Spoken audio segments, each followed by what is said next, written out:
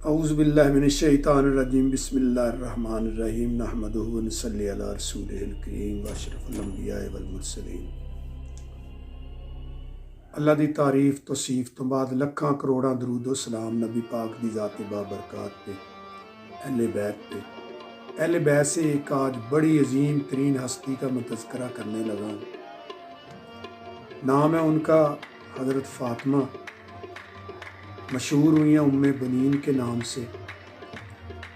آپ کی ولادت باسعادت 5 ہجری مدینہ المنورہ میں ہوئی ہے۔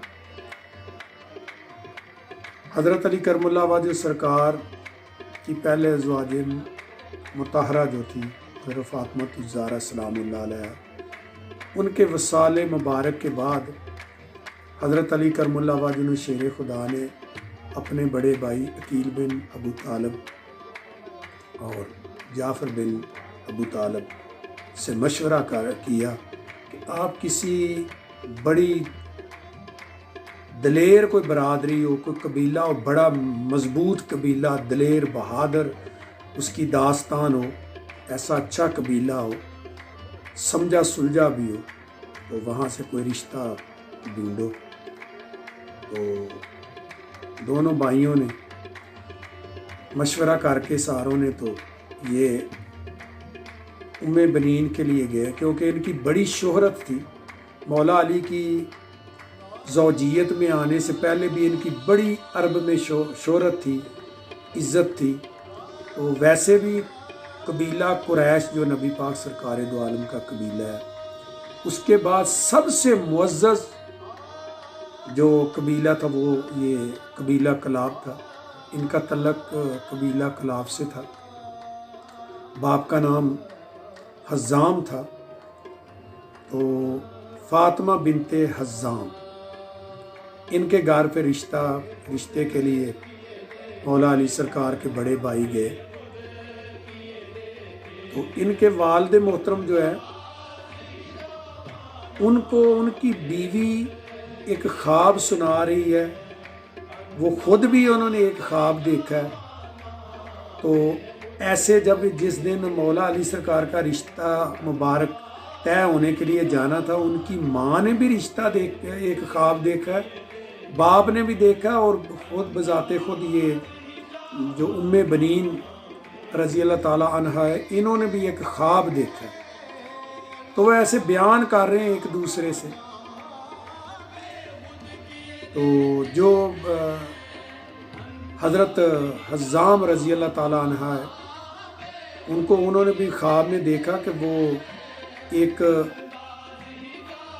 کشتی میں سوار ہیں، کچھ دریا میں گئے ہیں، وہاں جا کے انہوں نے دیکھا کہ ان کو ایک بہت پیارا موتی ملا ہے۔ ایسے وہ خواب بیان کر رہے ہیں، باہر بیٹھے ہوئے ہیں، تو کوئی خوابوں کے جو ماہر تھا اس سے پوچھ رہے تھے، تو ایسا انہوں نے ملتا جلتا ہے خواب دیکھا۔ تو انہوں نے بتایا کہ آپ کا تعلق جو ہے وہ کسی بہت اچھے گھرانے سے ہونے والا ہے، اور آپ کی عزت شہرت جو ہے قیامت تک جو ہے وہ رہنے والی ہے۔ یہ جو خواب کی تعبیر ہے وہ ایسے ہے۔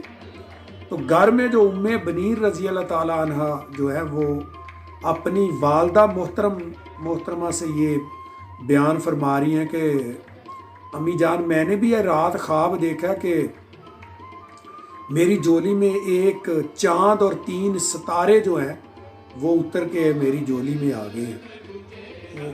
ایسی بات ہو رہی ہے تو باہر مولا علی کے بھائی بیٹھے ہیں، تو اندر وہ سنا رہے ہیں۔ تو اتنی دیر میں آپ کے والد محترم حضرت حزام رضی اللہ تعالیٰ عنہ جو ہے وہ جا کے تو کہتے ہیں کہ میں پوچھوں کہ مولا علی کا رشتہ آیا ہے، تو میں اپنی زوجہ محترم سے پوچھوں کہ اس نے اپنی بیٹی کی تربیت اتنے رنگ سے، اتنے اچھے طریقے سے کی ہے کہ ہماری بیٹی اس پر نور قبیلے میں زوجہ بننے کی اہل ہے، قابل ہے ہماری بیٹی اس قبیلے میں جا کے مولا علی کی بیوی بنے۔ یعنی ان کو اتنا خیال تھا، کیونکہ وہ اہل بیت سے تو بہت زیادہ محبت کرنے والے تھے، یہ سب لوگ بہت عزت کرتے تھے اہل بیت کی۔ تو جا کے انہوں نے پوچھا اپنی زوجہ محترمہ سے کہ مولا علی کا رشتے کے لیے آئے ہیں، تو ہم نے اپنی بیٹی کا رشتہ طے کرنا ہے، تو کیا آپ نے بیٹی کی تربیت اس طریقے سے، اس ڈھنگ سے کی ہے؟ کہ یہ ہماری بیٹی اس گھر کے قابل ہے؟ تو اس نے کہا کہ میں نے اس کی بہت اچھی تربیت کی ہے، انشاءاللہ اللہ پاک خیر کرے گا، تو کوئی مشکل نہیں ہوگی۔ یہ اس کو میں نے اہل بیت کے ادب و احترام اور محبت کا اتنا درس دیا ہے کہ یہ وہاں ان سے محبت کا حق ادا کر دے گی مولا علی کے گھر میں رہ کے۔ میں نے اس کی بڑی اچھی تربیت کی ہے، کیونکہ ان کی والدہ محترمہ جو تو وہ بھی بڑی حکمت والی عورت تھی، بڑی سیاਣੀ تھی اور بڑی علم والی تھی۔ بنین کے تو علم کی کوئی حد کنار نہیں ہے، تو اللہ پاک نے ان کو بہت علوم و فنون سے نوازا۔ تو جب رشتہ طے ہو گیا تو 500 دینار کے عوض البنین کا رشتہ جو ہے حضرت مولا علی سرکار سے طے پایا۔ تو پھر وہ 500 دینار جو ہے وہ حضرت حزام رضی اللہ تعالیٰ عنہ جو ہے انہوں نے کہا کہ یہ جو 500 روپیہ ہم نے حق مہر لیا یہ ہم مولا علی کو ہدیے کے طور پہ دے رہے ہیں۔ وہ 500 بھی انہوں نے واپس کر دیا، یعنی اتنی محبت تھی ان کو۔ تو جب بی بی پاک آئی ہیں مولا علی کے گھر میں تو دہلیز پہ رک گئی ہیں۔ پہلے فاطمہ الزہرا کی دہلیز کو آپ نے چوما، اس کے بعد کہا کہ جب تک حضرت زینب رضی اللہ تعالیٰ عنہ سلام اللہ علیہ، یعنی مولا علی کی جو بیٹی ہیں فاطمہ الزہرا سے، وہ جب تک مجھے اجازت نہ دے میں دہلیز کے پار نہیں جاؤں گا۔ تو پھر حضرت زینب سلام اللہ علیہ نے اجازت بخشی تو پھر گھر میں داخل ہوئی۔ تو جو حضرت فاطمہ الزہرا سلام اللہ علیہ کا حجرہ مبارک تھا، ساری زندگی اس میں قدم نہیں رکھا، یہ ادب کا تقاضا تھا۔ وہ اپنے بھی 4 بیٹے تھے، ایک کا نام حضرت عباس علمدار تھا، حضرت عثمان تھا، عبداللہ تھا، ایک اور تھے، 4 بیٹے تھے۔ تو وہ تعبیر پوری ہو گئی کہ حضرت عباس جسے سید الوفا کہتے ہیں، جو کربلا میں انہوں نے وفا کی، وہ سید الوفا ہے۔ تو وہ چاند کی مانند 3 بیٹے ستارے بن کے آپ کی جولی میں آئے۔ تو کہنے والوں نے بتایا کہ یہ البنین یہ آپ کی خواب کی تعبیر ہے، یہ سیدنا عباس علمدار جو ہے یہ چاند ہے اور 3 تیرے بیٹے جو وہ ستارے ہیں، کیونکہ ہر ایک کا اپنا اپنا مقام ہے۔ تو بنین جب گھر میں تشریف لائی ہیں تو آپ نے مولا علی سرکار سے اور دوسرے فیملی کے جو لوگ تھے ان سے یہ عرض کی، کہا کہ مجھے فاطمہ کے نام سے کبھی نہ پکارا جائے۔ کیوں؟ کہ اگر فاطمہ کے نام سے مجھے پکارا جائے گا تو امام حسن حسین کو اپنی ماں کی یاد آئے گی، ان کو دکھ ہوگا، میں ایسا نہیں چاہتی، لہٰذا مجھے البنین یعنی 2 بیٹوں کی ماں پکارا جائے۔ حالانکہ بیٹے تو 4 تھے، لیکن عربوں میں ایسے رواج ہوتا ہے، رسم ہے کہ وہ البنین کے نام سے انہوں نے ان کو بتایا کہ مجھے البنین کے نام سے ہی پکارا جائے، فاطمہ کے نام سے نہ پکارا جائے۔ حالانکہ مولا علی سرکار کی والدہ محترمہ اور ان کی جو ساس بنتی ہے ان کا نام بھی حضرت فاطمہ بنت اسد ہے۔ 2 فاطمہ ایک ہی گھر میں جو ہے وہ جلوہ افروز تھی، تو ابھی تیسری بھی یہ فاطمہ ہی ہے۔ تو اس طرح انہوں نے جب اپنے بیٹے بڑے ہوئے تو ہمیشہ حضرت امام حسن حسین کو اور مولا علی کی اولاد جو فاطمہ الزہرا تھی اس کو بے تحاشا احترام سے رکھتی تھی، ان کا خیال اپنی اولاد سے بھی زیادہ رکھتی تھی، اور ان سے کہتی تھی کہ کبھی بھی یہ نہ کہنا کہ ہم ان کے گھر والے ہیں، ہم ان کی خدمت کے لیے آئے ہیں، امام حسن حسین کی خدمت کے لیے آئے ہیں، ہمارا جو مقام ہے ان کے خادموں کا بنتا ہے۔ اسی لیے ایسی تربیت کی کہ ساری زندگی حضرت عباس علمدار نے کبھی بھی حضرت امام حسین کو بھائی نہیں کہا، ہمیشہ آقا کہا، مولا کہا، یعنی ادب کا ایسا تقاضا تھا۔ البنین نے ایسا ادب سکھایا ان کو کہ وہ رہتی دنیا تک اور ان کا ادب اور ان کا نام زندہ رہے گا۔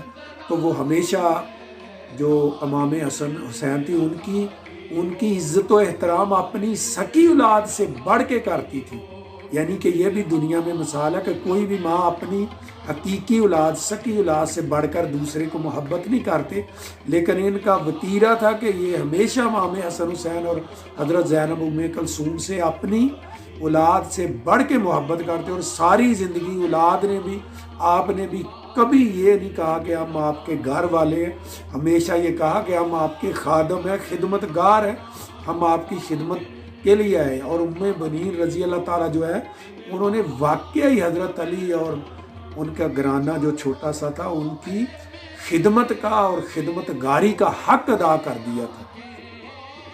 تو اور ایسی وہ بہادر خاتون تھی، بہت بہادر خاتون تھی، کیونکہ یہ قبیلہ جو کلاب تھا یہ بہادری شجاعت میں بہت نام تھا ان کا عربوں میں، اور یہ بڑی عزت و احترام سے ان کو عربوں میں دیکھا جاتا ہے۔ یہاں کے عربوں عجم میں بھی ان کو جو کیسو کسرا تھا اس وقت بڑی سپر پاور تھی، اس کا جو حکمران تھا وہ کبھی کوئی عرب سے کوئی تجارت کے لیے لوگ جاتے تو ان کے قبیلے میں ایک عامر نام کے شخص تھے کلاب قبیلے سے، تو وہ پوچھتے کہ آپ ابن عامر کو جانتے ہیں؟ وہ کہتے ہیں ہاں جی عامر کو تو جانتے، وہ ہمارے قبیلے کے بڑے ہیں، بزرگ ہیں، وہ سردار ہیں قبیلے کے۔ تو پھر وہ تو کیسو کسرا کے جو حکمران تھا وہ بہت عزت و احترام سے ان کو رکھتے، بڑی ان کی رسپیکٹ کرتے، حالانکہ وہ غیر مسلم تھے، یہ مسلمان تھے، لیکن ان کا اتنا اچھا بیہیویئر تھا، اتنا اچھا ان کے تعلقات تھے بیرون ملک بھی اور بڑے بڑے حکمرانوں سے کہ وہ بھی ان کے گرویدہ تھے اخلاق کے، اور ان کی بڑی ایمانداری تجارت اور یعنی شجاعت بہادری کے بہت وہ گرویدہ تھے۔ تو ایسے ان کا سلسلہ چلتا رہا، تو پھر کربلا کا واقعہ بھی آ گیا۔ تو ام بنین رضی اللہ تعالیٰ عنہ نے یہ فرمایا تھا کہ جب تک میرے بیٹو آپ ہو، امام حسین کو کبھی گرم ہوا بھی نہیں لگنی چاہیے، ان کو کوئی دکھ نہیں پہنچنا چاہیے۔ کتنی مطلب اچھی تربیت کی تھی۔ پھر کربلا میں آپ نے دیکھا کہ چاروں کے چاروں بیٹے شہید ہو گئے۔ حضرت امام حضرت عباس علمدار جو ان کو تو مولا حسین جو وہ اجازت ہی نہیں دے رہے تھے کہ آپ جنگ کریں، ان کو تو کہہ رہے تھے کہ نہیں آپ جنگ نہیں کرو، آپ جنگ نہیں کرو۔ تو وہ پانی لینے کے لیے گئے تو پھر وہاں بازو کٹ گئے، تو پھر وہ شہید بھی ہو گئے۔ تو ان کے لاشے کو، ان کی لاش مبارک کو، ان کے جسم اطہر کو، ان کے ننیال تو ادھر قریب تھے جہاں کربلا کا واقعہ، تو وہ آئے کہ ہم اٹھا کے لے جاتے ہیں۔ انہوں نے کہا کہ نہیں، لاش اٹھ نہیں رہی تھی، بہت انہوں نے کوشش کی لیکن لاش نہیں اٹھ رہی تھی۔ وہ پیغام دے رہی تھی کہ یہاں جہاں میرا مولا حسین آرام کرے گے میں بھی وہاں ہی آرام کروں گا، میں کیسے یہاں سے چلا جاؤں۔